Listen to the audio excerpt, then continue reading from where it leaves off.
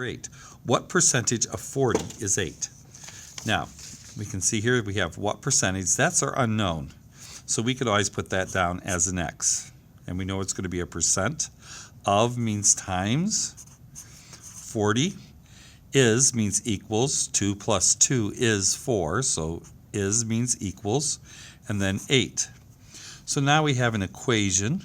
So we can solve this equation, and we can look at this as saying x times 40. I need to isolate the variable. So the opposite of times 40 is divided by 40.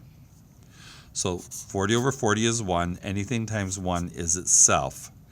And then this here, I can actually divide both of those by 8. And I'm going to get 1/5.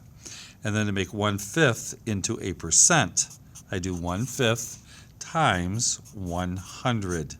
Anything times 100 makes a percent. These are both divisible by 5.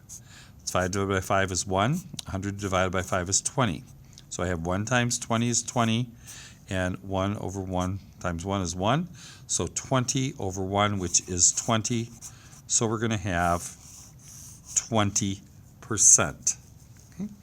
So another way we can always do these also is if I had, and this is going to show an example problem, if I said what times 5 equals 35, we know, well, that's going to be 7.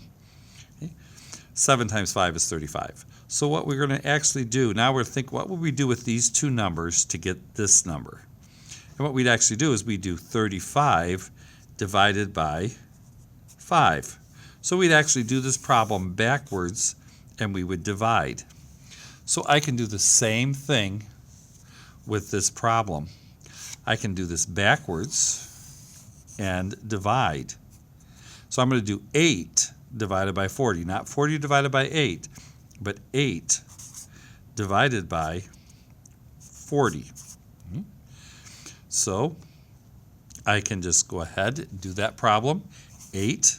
That's my dividend. That goes inside, divided by 40, decimal point and 0. 40 goes into 80 twice. So once again, 0.2.